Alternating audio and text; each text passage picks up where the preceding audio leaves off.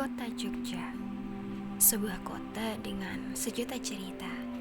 Dari hiruk-pikuk Malioboro hingga sakralnya keraton yang menyimpan warisan budaya Jawa. Namun, di balik megahnya pusat kota, ada satu tempat yang menyimpan jejak para raja. Sebuah kawasan yang sunyi, penuh wibawa, dan menyatu dengan alam. Di Imogiri ini, Nora akan membawa kalian semua untuk ke tempat peristirahatan terakhir para Raja Mataram yang masih dijaga kesuciannya hingga hari ini. Lokasi dari makam Raja-Raja Imogiri tepatnya berada di Dusun Pajimatan, Desa Girirejo, Kecamatan Imogiri, Kabupaten Bantul, Daerah Istimewa Yogyakarta. Di masing-masing tangga mempunyai makna. Nah, tangga yang pertama dari pemukiman penduduk menuju area dekat masjid ada 32, melambangkan Pajimatan Imogiri dibangun pada tahun 1632. Kemudian anak tangga yang kedua dari area dekat masjid menuju pekarangan masjid ada 13, melambangkan kenaikan tahta Sultan Agung sebagai Raja Mataram tahun 1613. Terkait kisah bagaimana terbentuknya makam Raja-Raja Imogiri bisa kita dengarkan pada sesi wawancara berikut. Jumat Sultan Agung sholat Jumat di Mekah, bilang sama Syekh Imam Syafi'i kalau boleh mau bikin makam di Mekah Sultan Agung sendiri, tapi tidak dibolehkan karena Sultan Agung menjadi pepundhen orang sak tanah Jawa. Lantas Sultan Agung bilang kalau Mekah itu tanah suci, baunya wangi, kalau itu saya Mataram sama dengan Mekah. Lantas dilempar tanah dari Mekah, jatuhnya di atas gunung sana.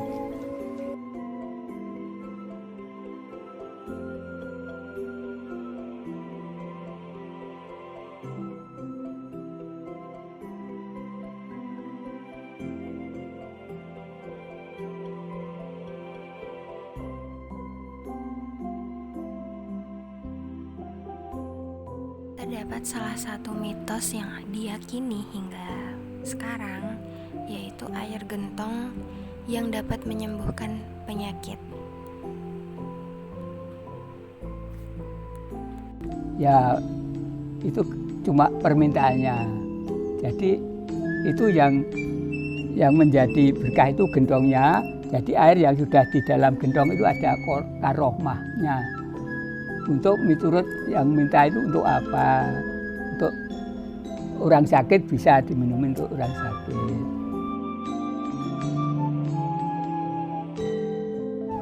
Gedong yang pertama kali saka Ngerum Istanbul, sing loro saka Siam Thailand, sing telu saka Aceh, sing papat saka Palembang Sriwijaya. Kabeh-kabeh iki ngerti nak Sultan Agung di Caos Mas Belian mesti ora ditampa liyane gendong. Lanjut dinaik gendong kabeh papat do nyausi bulu bekti gendong karo Sultan Agung.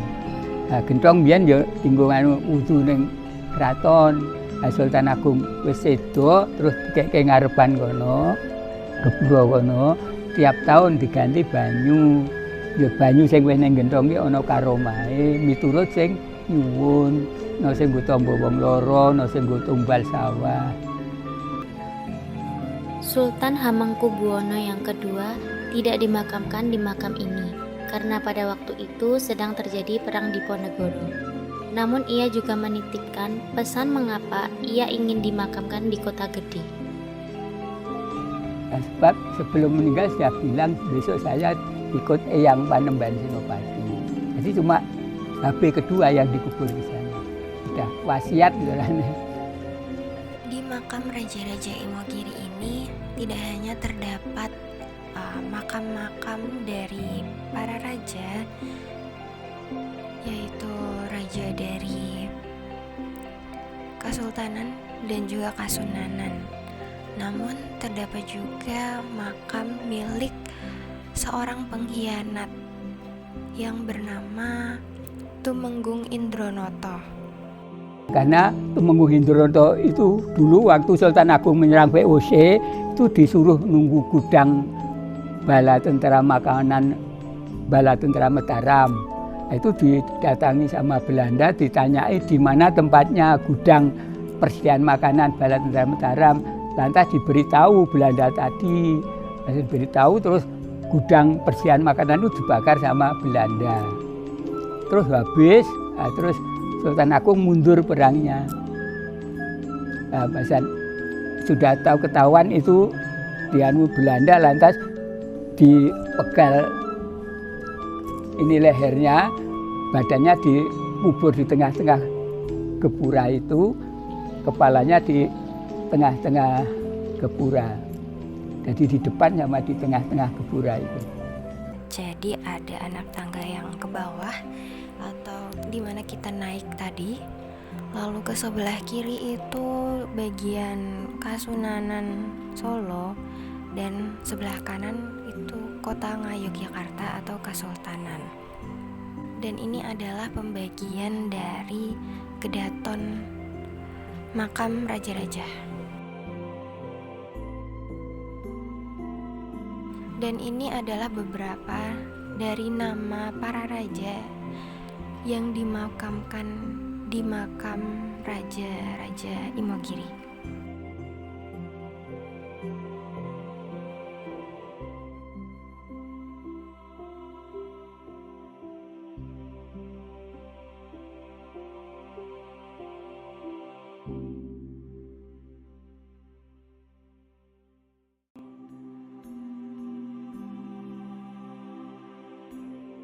Kita lanjut ke bagian bangunan baru, yaitu bangunan yang dikhususkan untuk raja selanjutnya itu meninggal di sini.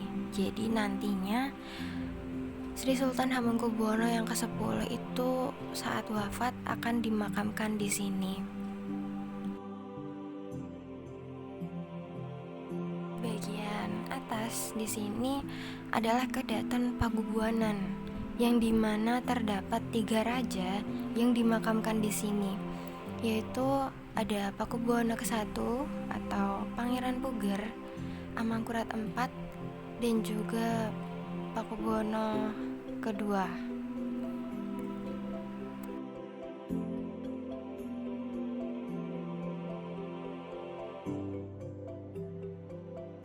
Posisi yang paling tinggi ini adalah kedaton Sultan Agungan, yang ada beberapa atau ada 4 gitu ya, Sultan Agung, Ratu Batang, Amangkurat II, dan Amangkurat III. Ini di posisi yang paling tinggi.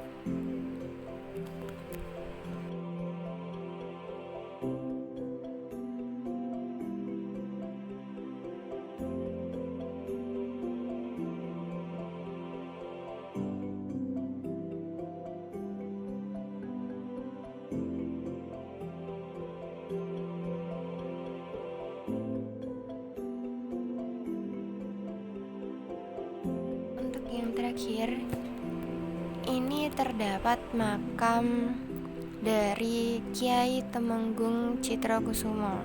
Ia adalah desainer dari komplek pemakaman ini sebelum pemakaman ini jadi sebagus sekarang.